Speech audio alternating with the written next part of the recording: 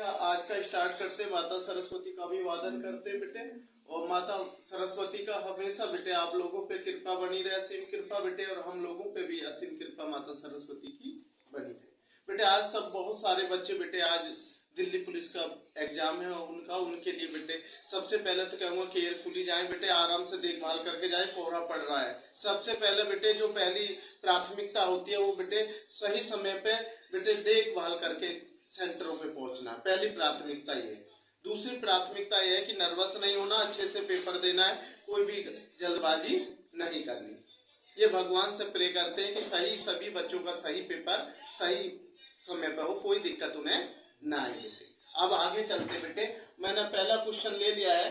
तो बेटा सबसे मेन चीज है बेटे घन का कुल पृष्ठीय क्षेत्रफल, घन का कुल पृष्ठीय क्षेत्रफल। जो हमारा क्वेश्चन है घन का कुल पृष्ठीय क्षेत्रफल का फॉर्मूला है बेटे 6a²। क्या है बेटे 6a²। नहीं बेटे समझ में, घन का कुल पृष्ठीय क्षेत्रफल है 6a²। नहीं बेटे समझ में। तो बेटे जैसे हमारी भुजा है, मानो 4 दे दी भुजा, क्या दे दी बेटे 4, तो बेटे 4 का स्क्वायर 16 हो जाएगा। तो 16 में 6 की मल्टीप्लाई कर देंगे, जो भी आएगा आंसर आ जाएगा। मैं एक एक कुछ चीजों को समझा के चलूं बेटे। 6 ऑलरेडी फॉर्मूला में है, तो बेटे 6 की मल्टीप्लाई आपको भुजा में करनी होगी। भुजा का स्क्वायर करना होगा क्योंकि बेटा ए पे स्क्वायर चढ़ा हुआ है। ठीक है बेटा, जब भुजा पे ए, मानो भुजा हमारी 3 है, 3 का स्क्वायर 9 हो गया, और 9 में हम 6 की मल्टीप्लाई करेंगे तो 54 हो जाएगा। क्लियर है। आगे क्वेश्चन चलते हैं बेटे, घन का वृक्क पृष्ठीय, घन का वृक्क पृष्ठीय क्षेत्रफल। नहीं बेटे समझ में, घन का वृक्क पृष्ठीय क्षेत्रफल कितना 4a²। बस 6 की जगह क्या हो गया 4। नहीं तो बेटा ए तो इस पे भी स्क्वायर चढ़ रहा, उस पे भी स्क्वायर चढ़ रहा। क्लियर है। तो बेटे जब हमने इसमें किसकी गुणा करेंगे 4 की, मानो हमारी भुजा है 2 का स्क्वायर क्या होता 4 में 4 की मल्टीप्लाई करेंगे 4 की 4 में, तो हमारा 16 आ जाएगा 16। क्लियर है। जब हम सवाल देंगे तो आप लोग करेंगे फिर, है ना। आगे चलते हैं बेटे, हमारा है बेटे घनाभ का आयतन। किसका बेटे घनाभ का आयतन। बेटे ये लेंथ गुणा ब्रेड्थ गुणा हाइट, इसका मतलब लंबाई गुणा चौड़ाई गुणा ऊंचाई। और शॉर्ट में हम लिख लेते हैं L गुणा B गुणा H। मैंने अभी पूछा आपसे घनाभ का जो हमारा क्यूबाइड है उसका आयतन कितना है, वॉल्यूम, इंग्लिश बोलते हैं वॉल्यूम, आयतन का मतलब वॉल्यूम। तो इसका क्या है लेंथ गुणा ब्रेड्थ गुणा हाइट। सभी बच्चे बताएंगे शॉर्ट में क्या बोलते हैं L गुणा B गुणा, एक बार तेज आवाज बोला, आवाज नहीं आई। ये हमारा क्या बेटे घनाभ का आयतन। आगे चलता बेटे घनाभ का कुल पृष्ठीय क्षेत्रफल। घनाभ ये क्यूबाइड है, पृष्ठीय क्षेत्रफल। नहीं बेटे समझ में। अब कैसे निकालेंगे, इसका फॉर्मूला ये है 2 ब्रैकेट शुरू, अच्छे से समझो। L गुणा B, L गुणा B, प्लस का चिन्ह लगा दीजिए, B गुणा H प्लस H गुणा L। लेंथ की वृत्त में मल्टीप्लाई करी, प्लस का चिन्ह लगाया, वृत्त में हाइट की मल्टीप्लाई करी और प्लस लगाया, हाइट में लेंथ की मल्टीप्लाई करी, और बेटे जो मल्टीप्लाई करके जोड़ के आया उसमें 2 की मल्टीप्लाई कर देंगे तो आपका ये निकल आएगा घनाभ का कुल पृष्ठीय क्षेत्रफल। क्लियर है। आगे चलता बेटे बेलन, जो सिलेंडर होता हमारा बेलन, बेलन का आयतन वॉल्यूम πr²h। पाई की वैल्यू हमने पहले भी बताई है आपको 22/7 होती है।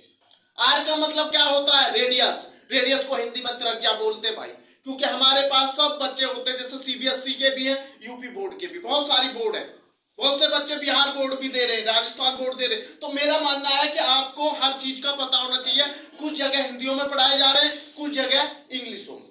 तो पाई की वैल्यू 22/7। एक वैल्यू और बताइए हमने पाई की 3.14। क्या बताई थी, आवाज क्यों नहीं आई, क्या बताई, तेज बोलो। 3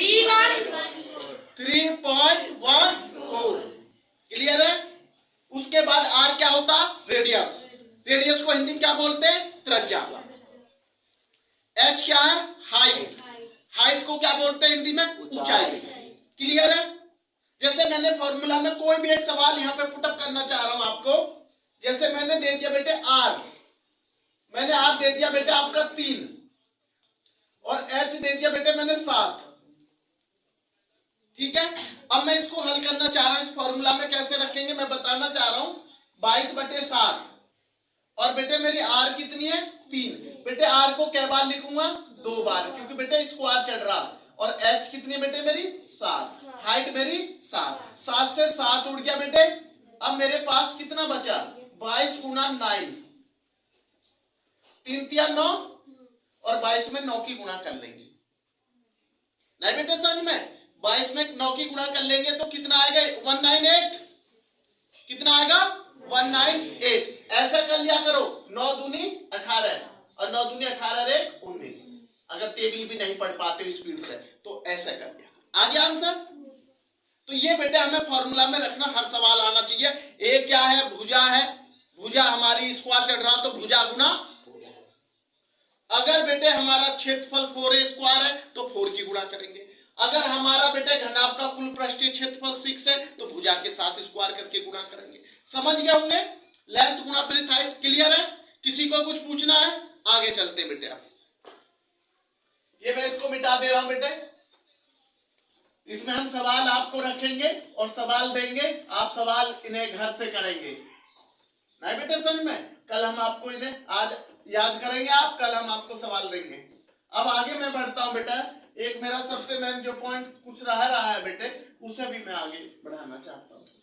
पहले भी मैथ पे ही चल रहा हूं।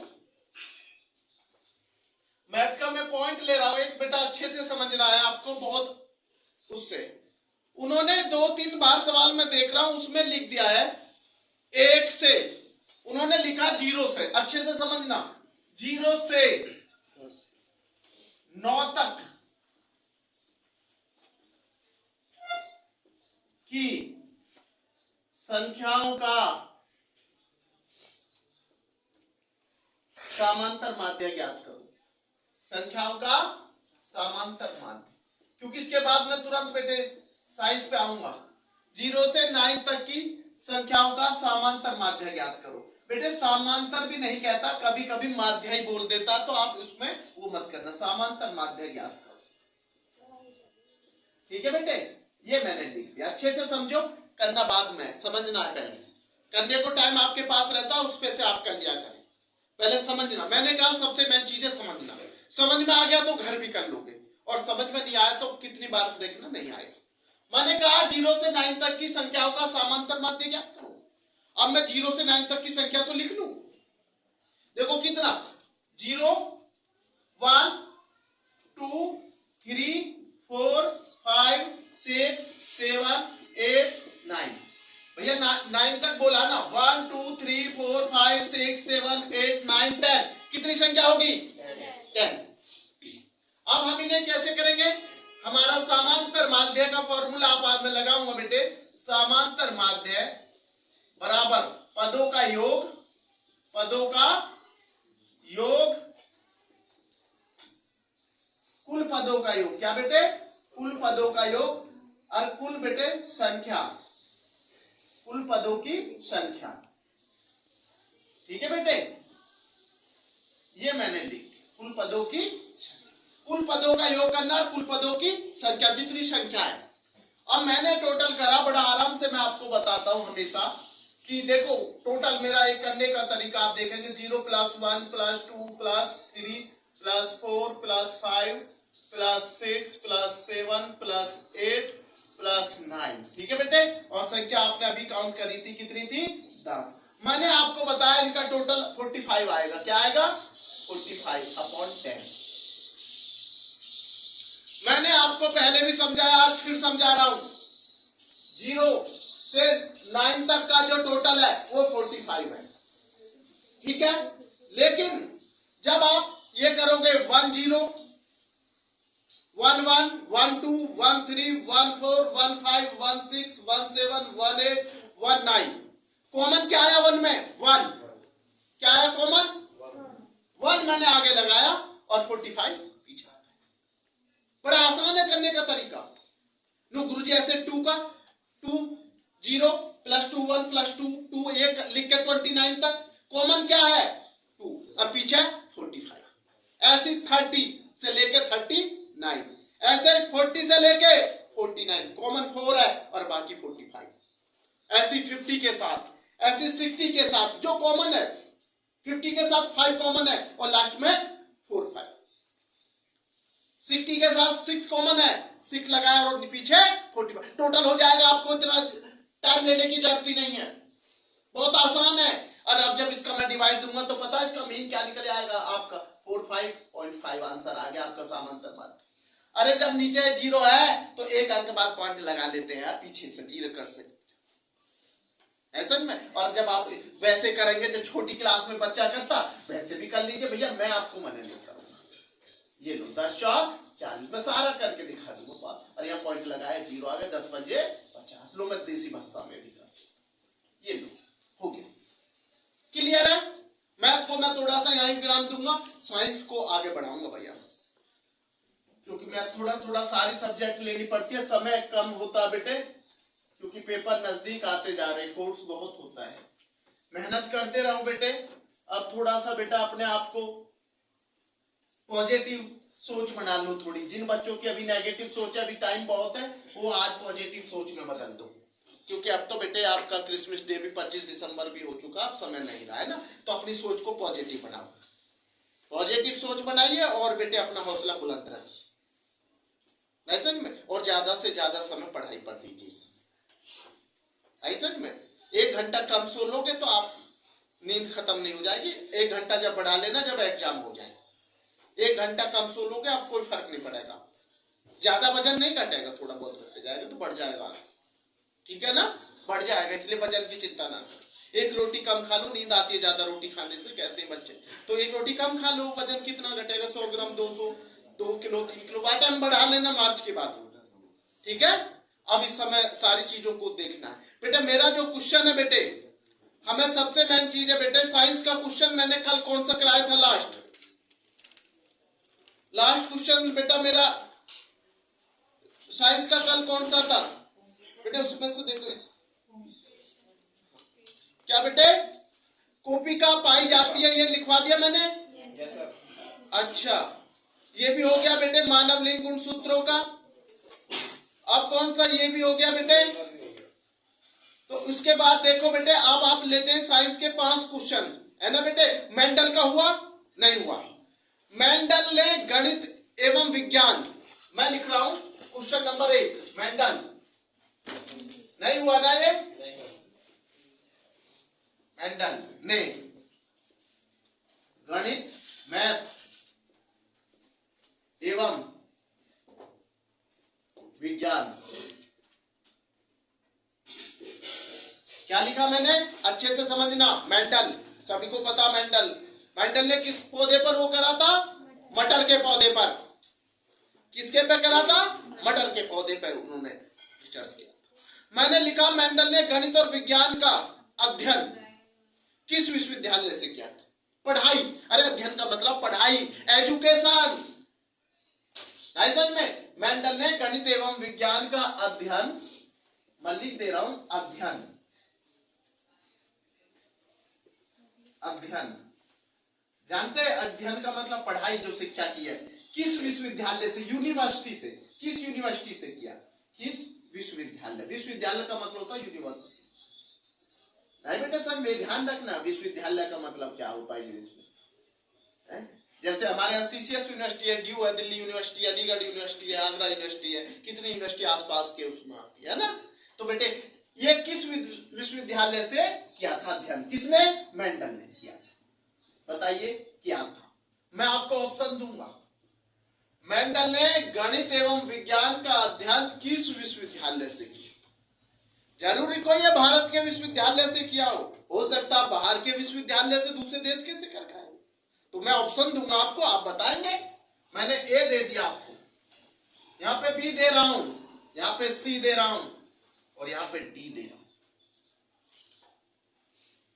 नहीं बेटा समझ में, सबसे पहला मेरा अपना मानना है, एक वियना विश्वविद्यालय है, क्या है, वियना।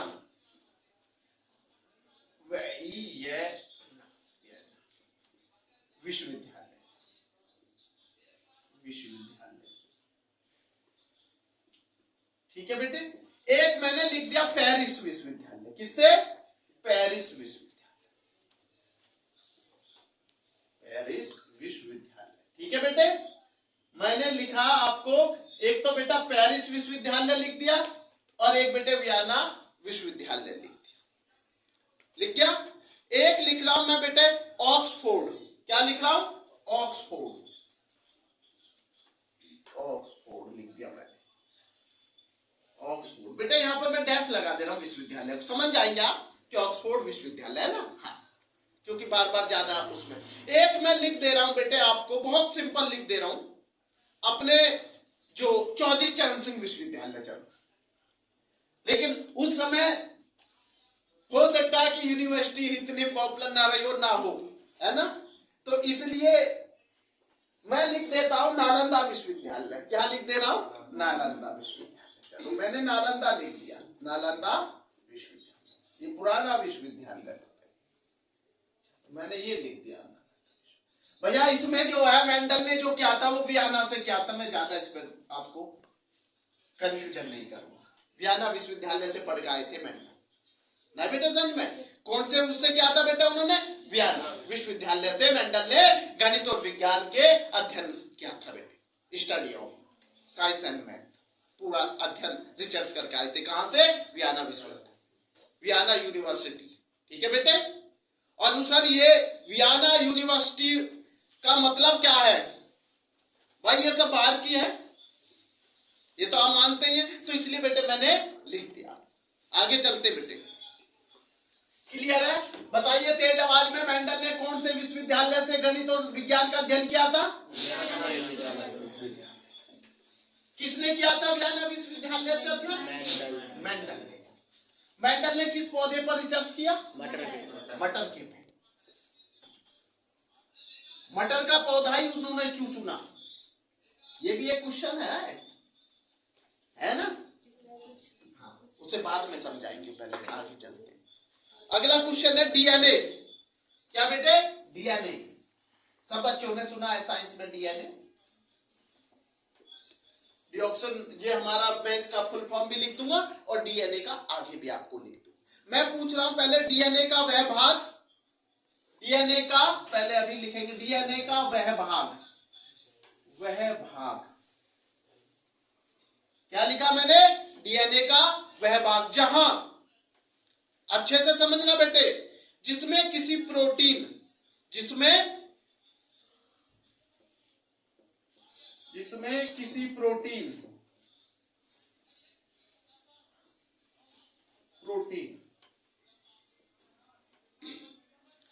जो हमने पहला क्वेश्चन आपको बताया था बेटा, वो मेंडल के बारे में बताया था, ये वो है डीएनए का वह भाग जिसमें किसी प्रोटीन संश्लेषण के लिए सूचना होती है।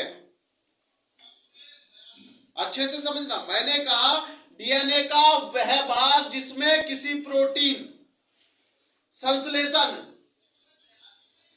ऐसा बेटा संश्लेषण, नहीं समझ में? ये डीएनए का वह जो भाग होता बेटे जिसमें किसी प्रोटीन संश्लेषण के लिए सूचना होती है, संश्लेषण के लिए सूचना होती है, लिए सूचना होती है, क्या कहलाता है? होती है, क्या कहलाता है? क्या कहलाता है? डीएनए का वह भाग जिसमें किसी प्रोटीन संश्लेषण के लिए सूचना होती है, क्या कहलाता है? हो सकता है आंसर मैं आप पर ही छोड़ दूं इसे, क्यों सर? क्योंकि आप लिख सकते हैं इसको, नहीं समझ में? जैसे मैंने लिख दिया बेटे, कहलाता है जैसे लक्षण या जीन, मैंने लिख दिया जैसे लक्षण, सूचना होती है लक्षण, जीन, किसमें लिख दिया? जीन। पहला क्या लिखा? लक्षण, जीन। दूसरा मैं लिख दे रहा हूं आपका जैसे बेटा जीनोटाइप, क्या लिख दिया? जीनोटाइप, सी में जीनोटाइप, ये लिख दिया जीनोटाइप। और ये भी लिख सकता हूं चौथे में, इनमें से कोई नहीं, इनमें से कोई नहीं, इनमें से कोई नहीं। मैंने लिखा डीएनए का व्यवहार जिसमें किसी प्रोटीन संश्लेषण के लिए सूचना होती है क्या कहलाता है? लक्षण होता है, जीन होती है, जीनोटाइप होता है, इनमें कोई जीन होती है भाई। क्या होती है? जीन। क्या होती है? जीन। डीएनए का व्यवहार जिसमें किसी प्रोटीन का बेटे संश्लेषण के लिए सूचना होती है वो क्या होती है? जीन। क्या होती है बेटे? जीन। क्लियर है? अगला क्वेश्चन लिखेंगे बेटे।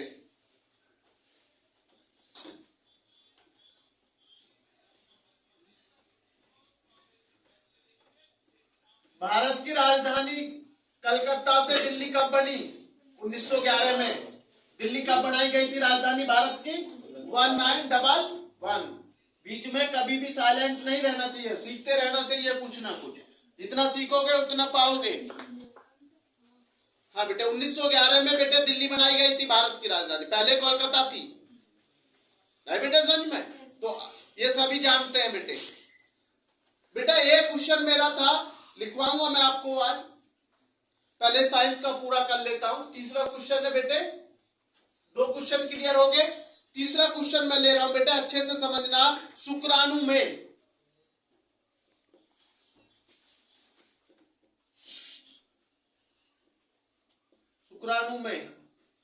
ऑटोसोम नहीं बेटे नहीं। शुक्राणु में ऑटोसोम होते हैं।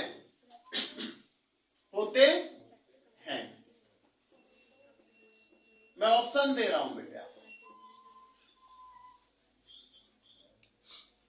ए ऑप्शन, यहाँ पे बी ऑप्शन ले रहा हूं, यहाँ पे सी ऑप्शन ले रहा हूं, यहाँ पे डी ऑप्शन ले रहा हूं। अगर क्वेश्चन आ जाए शुक्राणु में ऑटोसोम होते, मैंने ऑप्शन में लिख दिया पहले में 22। क्या लिख दिया? 22। पहला ऑप्शन में क्या दिया? 22। दूसरे ऑप्शन में 24 दे रहा हूं। कितना दे रहा हूं? 24। ये लिख दिया। शुक्राणु में ऑटोसोम होते, मैंने पहले ऑप्शन में 22 लिखा, दूसरे में 24 लिखा, तीसरे में लिख रहा हूं 42। क्या लिख रहा हूं? और इसमें लिख रहा हूं 44। लिख दिया बेटे। शुक्राणु में ऑटोसोम होते 22। क्या होते? 22। ये बस ठीक है बेटे। 3 क्वेश्चन पूरे हो गए। आगे चलते हैं बेटे। कल एक क्वेश्चन बताया था हमने आपको, देखना चाहते हैं कितना बच्चों ने याद किया। बेटे मुझे बताइए गणित के जनक कौन है? आर्किमिडीज। इकोनॉमिक्स के जन्मदाता कौन थे? Adam Smith. तो जिन बच्चों ने याद किया, कोपिका कहां पाई जाती है? आंसर दीजिए। फेफड़ों में। कोपिका कहां पाई जाती है? फेफड़ों में। बिच्छू का जहर कहां होता है? डंक। हिस्ट्री के जनक कौन थे? हेरोडोटस। नहीं बेटा समझ में? हमने कल ये चीजें लिखवाई थी तो ये आपको याद होनी चाहिए। उसके बाद बताइए हमें गदर आंदोलन कब हुआ? 1913 ऐसे याद कीजिए। काकोरी कांड कब हुआ? 1925। नहीं समझ में आपको? बंगाल का विभाजन कब हुआ? 1905। ऐसे याद कीजिए जो 1 सेकंड में नाट के तुरंत आंसर दे। सेकंड भी ना लगे, पलक झपकते ही आंसर मिल जाए, उसको कहते हैं चीता। और जो सोच सोच कर देखेगा भैया उसने याद नहीं किया। पलक झपकते ही आंसर देता है जो स्टूडेंट्स एक चीता की नजर रखता है ब्लैक बोर्ड पे। चीता की तरह नजर होनी चाहिए। सेकंडों में लक्ष्य प्राप्त करता है चीता, इसलिए तो टाइगर बोला जाता है। नहीं ऐसा नहीं बेटा, इसलिए कहते हैं कि हर समय एक्टिव रहो पढ़ती बार। नहीं बेटे समझ में? आपको हर समय पल भर एक्टिव होना पड़ेगा अगर सफल होना है इस शिक्षा में। अगर एक्टिव नहीं रहोगे तो दूसरा बच्चा आपसे बहुत आगे निकल चुका होगा, आप कदम पे कदम भी नहीं मिला पाएंगे। और जो ये सोचता कछुआ की चाल से चल लूंगा, चल लू कछुआ की चाल से, लेकिन निरंतर चलना पड़ेगा जब ही जीत है। एक दिन भी रुक जाओगे तो आगे निकल जाएगा दूसरा, है ना। लेकिन कछुआ की चाल को कम चलो, अब स्पीड बढ़ाओ क्योंकि अब टाइम बहुत कम है पेपर। अगला क्वेश्चन मैं ले रहा हूं बेटे, मनुष्य में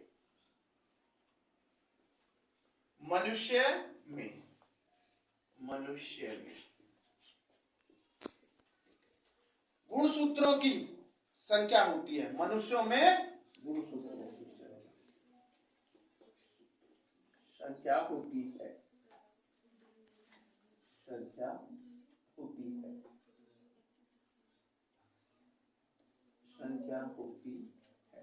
मैं ऑप्शन आपको दे रहा हूं भैया, आप ऑप्शन में लिख दीजिए, ठीक है बेटे। मैंने क्वेश्चन पूछा मनुष्य में गुणसूत्रों की संख्या होती है, जैसे मैंने लिख दिया पहला 44 लिख दिया भैया, बी ऑप्शन में लिख दिया मैंने आपको 46, क्या लिख दिया 44 लिख दिया, 46 लिख दिया, 45 लिख दूं, ये लिख दिया 45। पहला ऑप्शन क्या दिया 44, दूसरा ऑप्शन क्या दिया, तीसरा ऑप्शन क्या दिया, अब दे रहा हूं 47, क्या दे रहा हूं, ये मैंने आपको लिख दिए। इनमें से हमारा केवल एक राइट होगा, क्या होगा, एक राइट, 46। अब 46 देख लो कहां पे है, ये रहा। तो बेटे ये आप समझ गए होंगे, मनुष्यों में गुणसूत्रों की संख्या 46 होती है। कितनी होती है बेटे 46। आगे मनुष्यों में गुणसूत्रों की संख्या कितनी होती है बेटे 46। आगे चलते,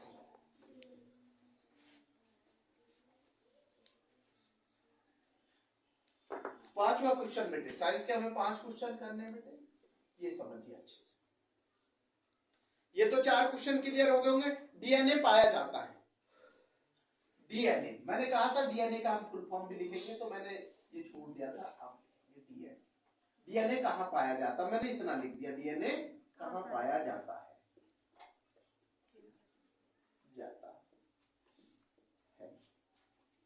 डीएनए कहां पाया जाता है बेटे, एक केंद्रक में पाया जाता। वैसे मैं इसका आंसर जो है आपको एक ही पॉइंट पे, बहुत पुराना क्वेश्चन आप सब पढ़ते आए शुरू से, डीएनए क्या होता है, डीएनए की फुल फॉर्म भी पेपर में आई जाती है, डीऑक्सीराइबोन्यूक्लिक एसिड, है ना बेटे।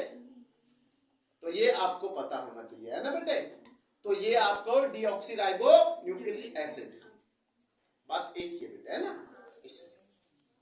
क्योंकि मैं इंग्लिश में बोल रहा हूं ना, आप हिंदी में बोल रहे हैं, क्योंकि मुझे डीएनए का पता है, है ना बेटे, डीऑक्सीराइबोन्यूक्लिक एसिड। डीएनए की फुल फॉर्म पूछे तो ये लिखेंगे, लेकिन मेरा तो क्वेश्चन ये कहां पाया जाता है। तो गुरुजी क्या बताना चाह रहे हो, मैंने लिख दिया पहला ए केंद्रक, ये लिख दिया मैंने केंद्रक, और बी में लिख दिया कोशिका, क्या लिख दिया कोशिका। पहला ऑप्शन लिखा मैंने केंद्रक, दूसरा लिख दिया कोशिका द्रव्य में, कोशिका द्रव्य में, कि पेपर में हो सकता है ऐसे आए, कोशिका द्रव्य, पहला केंद्रक। अब लिख रहा हूं बेटे केंद्रक के द्रव्य में, क्या लिख रहा हूं, केंद्रक द्रव्य में, केंद्रक द्रव्य में, ये लिख दिया केंद्रक। डी ऑप्शन आपको, पहला ऑप्शन मैंने लिख दिया केंद्रक, पहला लिखा मैंने केंद्रक में, क्या लिखा केंद्रक, दूसरा लिखा कोशिका द्रव्य में, तीसरा लिखा केंद्रक के द्रव्य में। अब आपका लिख रहा हूं केंद्रिका, क्या लिख रहा हूं केंद्रिका, ये लिख दिया केंद्रिका, ये केंद्रक में, ये केंद्रिका। बेटे केंद्रक में पाया जाता, डीएनए कहां पाया जाता, यहां आएगा बेटे, ये ऑप्शन राइट है बेटे, ये वाला केंद्रक में पाया जाता। डीएनए कहां पाया जाता बेटे, केंद्रक में पाया जाता। क्लियर है। आगे चलते बेटे, थोड़ा एसएसटी जीके पे आ जाते हैं बेटे, क्योंकि क्वेश्चंस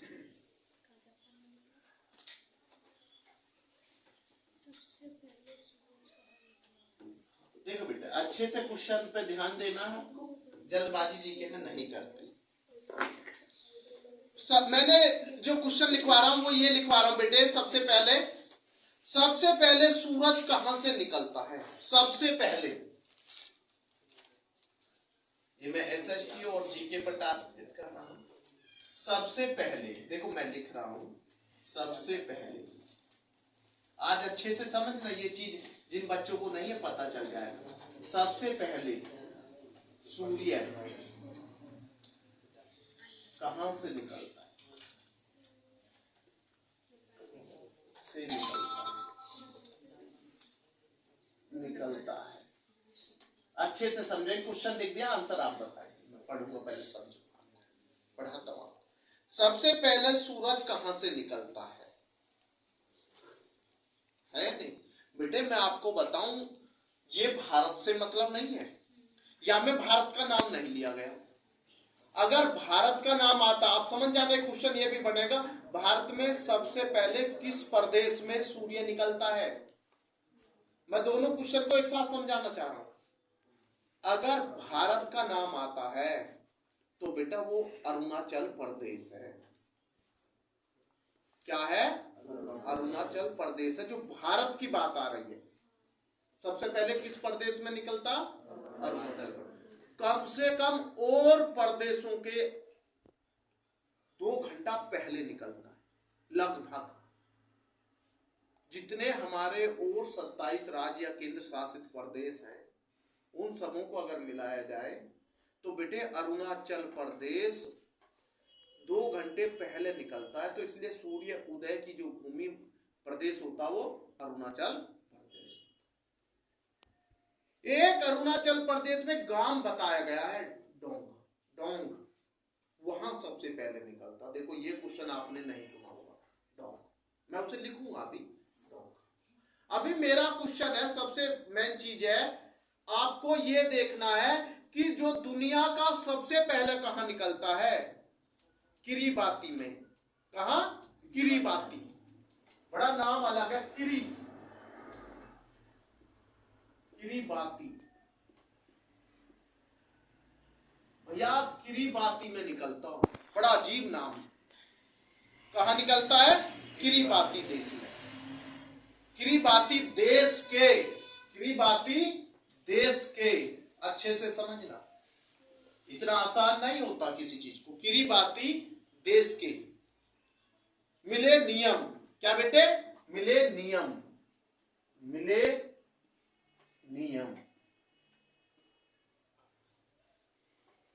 आयरलैंड, आइलैंड लिखते बेटे, आई,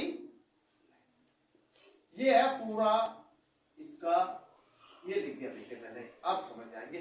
किरीबाती देश के मिलेनियम आइलैंड में निकलता सबसे पहले। किरीबाती बेटे समझ में, देश के मिलेनियम आइलैंड में दुनिया में सबसे पहले सूर्य निकलता। क्लियर है? अच्छे से लिख लेना कि आपको किरीबाती मिलेनियम आइलैंड, क्लियर है?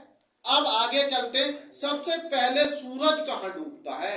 अरे भैया जब निकलता तो डूबने का भी याद हो जाए। दूसरा क्वेश्चन मैं लिख देता हूं, सबसे पहले सूर्य, तेज स्पीड से लिखना है। सबसे पहले सूर्य कहां डूबता है? कहां डूबता है? छिपता है, डूबता है। देखो स्पीड से लिखना। इसका आंसर है ब्रिटेन। क्या है? ब्रिटेन। ब्रिटेन में सबसे पहले सूर्य छिपता है, ब्रिटेन है इसका आंसर, ब्रिटेन। सबसे पहले सूर्य कहां डूबता है? ब्रिटेन।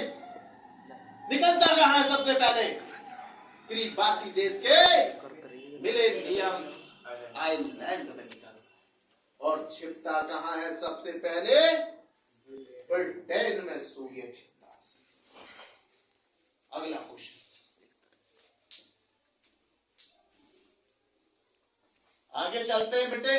अगला क्वेश्चन आपसे मैंने पहले भी अभी थोड़ा सा पहले बताया था, उसी क्वेश्चन को शायद मैं लिखने का प्रयास करूं। पहले मैं लिख रहा हूं बेटे आपको, भारत में सबसे पहले सूर्य कहां? भारत में, भारत भाई हमारा देश भारत है, हम भारत को कैसे छोड़ेंगे? भारत में सूर्य, सूर्य सबसे पहले, सबसे पहले कहां निकलता है? कहां निकलता है? निकलता है ठीक है भैया, निकलता है अरुणाचल। नहीं समझ बेटे, कहाँ निकलता है? अरुणाचल प्रदेश में। अभी थोड़ी देर पहले हमने बताया था आपको अरुणाचल प्रदेश। हाँ बेटे, अरुणाचल प्रदेश में। तो ये बेटे मैंने अभी आपको बताया अरुणाचल प्रदेश में। एक गांव का नाम भी बताया था अभी अरुणाचल प्रदेश में। अभी मैंने थोड़ी देर पहले बताया था, मैं लिख रहा हूं ये गांव है भाई, ये लिख दिया मैंने नीचे, गांव है। कभी आप सोचिए, इसमें निकलता सबसे पहले सूर्य, और प्रदेशों की अपेक्षा कम से कम 2 घंटा लगभग बताया जाता है कि भैया अरुणाचल प्रदेश, अरे सूर्योदय की भूमि अरुणाचल है भाई, है ना। तो ये हो गया, बिटा दूं, गांव भी बता दिया, क्योंकि गांव आपको नहीं पता ना। आपको ये पता था कि भाई किरीबाती देश के मिलेनियम आइलैंड में सूर्य सबसे पहले निकला। अब क्या ही क्वेश्चन आपने सीखे। आगे चलते, टाइम का अभाव देख के स्पीड थोड़ी बढ़ानी होगी बेटे। आगे क्वेश्चन लेते हैं। ये बेटे मैंने यहां से किया, आगे बढ़ो बेटे। आगे मैं एक क्वेश्चन जो बता रहा हूं, नीला गुलाब। क्या बेटे आपके, हाँ आपको वैसे गुलाब तो बहुत पता है, आज नीले भी ले लें। क्या क्वेश्चन हो गए जीके के? सच्ची 4 हो गए, चलो 4 डाल देता हूं। नीला गुलाब, गुलाब के बारे में आपको ज्यादा नॉलेज है बच्चों को, है ना। चलो आज नीला गुलाब कहां पाया जाता है ये भी लिख दे। किसी ने देखा बच्चे ने नीला गुलाब? अभी तो लाल गुलाब और वही देखते हैं, देखा भी हो सकता किसी, कोई पता नहीं है आज के बच्चों का कि कौन कहां पहुंच जाता है। कुछ बच्चे विदेशों में भी जुड़े रहते हैं, जाते रहते हैं, आते रहते हैं, उनका किसी का कोई पता नहीं, इसलिए किसी को हल्के में मत लीजिए आज की डेट।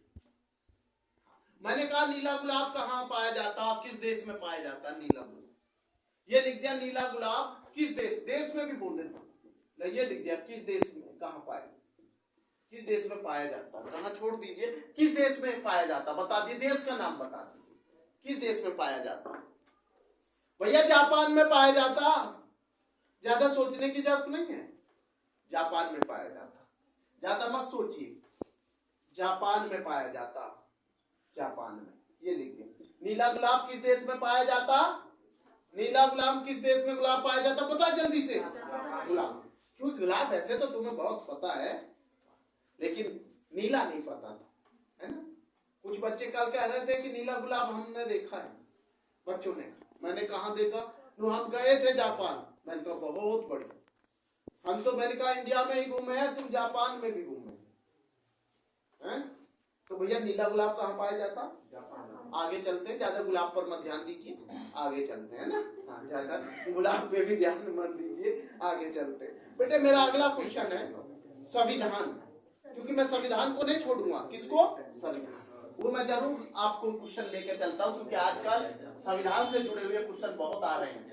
क्योंकि संविधान पे कभी ना कभी, कभी पक्ष कभी विपक्ष, दोनों में आपस में चलती रहती है। कभी पक्ष विपक्ष कहता है कि भाई आपने संविधान का उल्लंघन कर रहे हैं, संविधान का रोज कोई ना कोई नाम आता है। तो इसलिए ये क्वेश्चन एक भाई एक चीज बताइए, अभी तक आपको सबको पता है संविधान किसने लिखा? भीमराव अम्बेडकर, डॉक्टर भीमराव। ये भी आपको पता है। संविधान में लिखने में कितना समय लगा? 2 वर्ष 11 महीने 18 दिन। ये भी आपको पता है, 2 वर्ष 11 महीने 18 दिन पता है सबको। और आपको ये भी पता है बन के कब तैयार हो गया था? 26 नवंबर 1949 में बनकर तैयार हो गया था। ये भी आपको पता है, मैं वो नहीं लिख रहा हूं, जो पता हूं मैं नहीं। मैं एक बार रिपीट कर रहा हूं कि मेरे बच्चों को किसने नॉलेज का हुआ।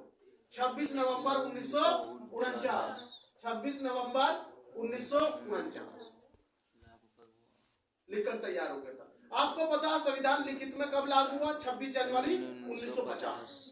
अभी 26 जनवरी आ रही है कुछ समय बाद, आई बेटा समझ में। और आपको यह भी पता है, अच्छे से समझ लीजिए, कि जो हमारे डॉक्टर राजेंद्र प्रसाद जो हैं, वो भी इस कमेटी के बड़े प्रमुख सदस्य थे। ये सब मैंने आपको बता रखा, लेकिन मैंने एक चीज आपको नहीं बताई है इसमें संविधान में कितना खर्च लगा ये लिख दिया मैंने। संविधान में कुल खर्च कितना लगा, संविधान में कुल खर्च कितना हुआ, कुल खर्च कितना लगा। भाई पैसा के बिना काम हो सकता है क्या, नहीं हो सकता है ना। ये लिख दिया मैंने कि संविधान में कुल खर्च कितना हुआ। वैसे तो हम अगर लगभग में बताए जाए तो 64 लाख 64 लाख के करीब हुआ, लेकिन मैं एग्जैक्ट फिगर लिख रहा हूं थोड़ा कि जो दिखाया जाता है एग्जैक्ट 63। क्या लिख रहा हूं अच्छे से देख लेना, मेरे वर्ड बड़े बड़े होंगे इसमें आंसर में, क्या होंगे बड़े बड़े आंसर ना वर्ड में। 63 96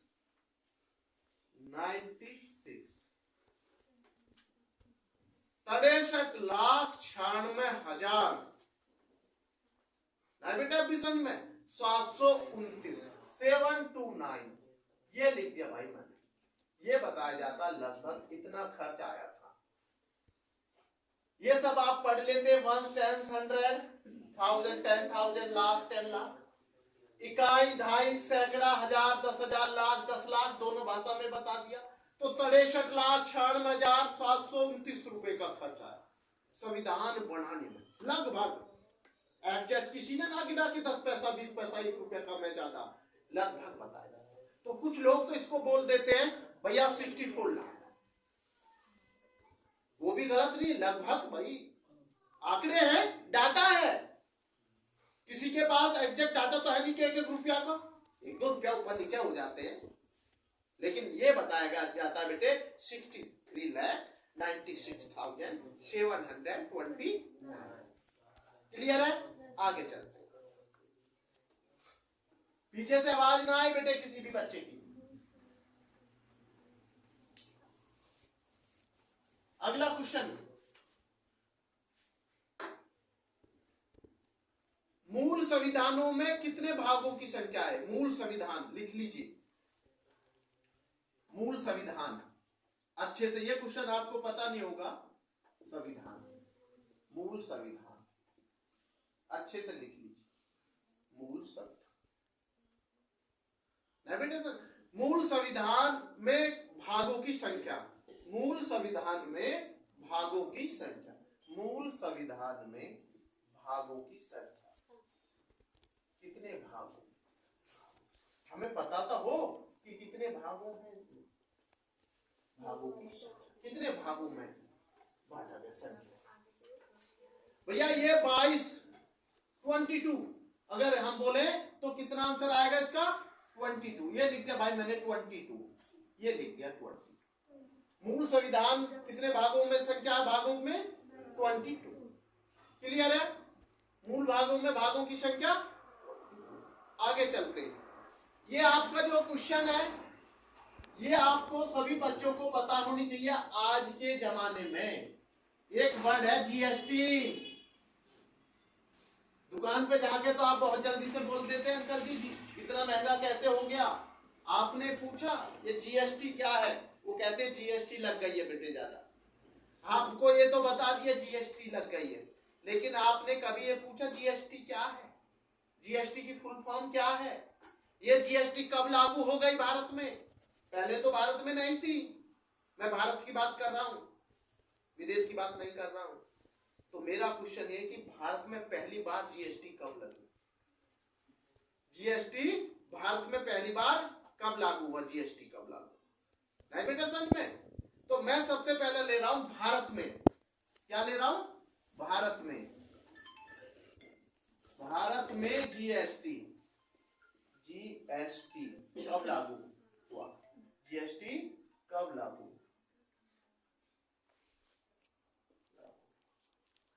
ये लिख दिया जीएसटी। भारत में जीएसटी क्या बेटे, GST goods of service tax, इसका मतलब है गुड्स ऑफ सर्विस टैक्स या गुड्स एंड सर्विस टैक्स। दूसरा क्या, goods and service tax GST का। लेकिन हिंदी में कोई बच्चा बताएगा वस्तु एवं सेवा कर, कभी कभी इंटरव्यू में ये पूछ लिया जाता, मैंने अभी देखा है कि भाई जीएसटी को हिंदी में क्या कहते हैं।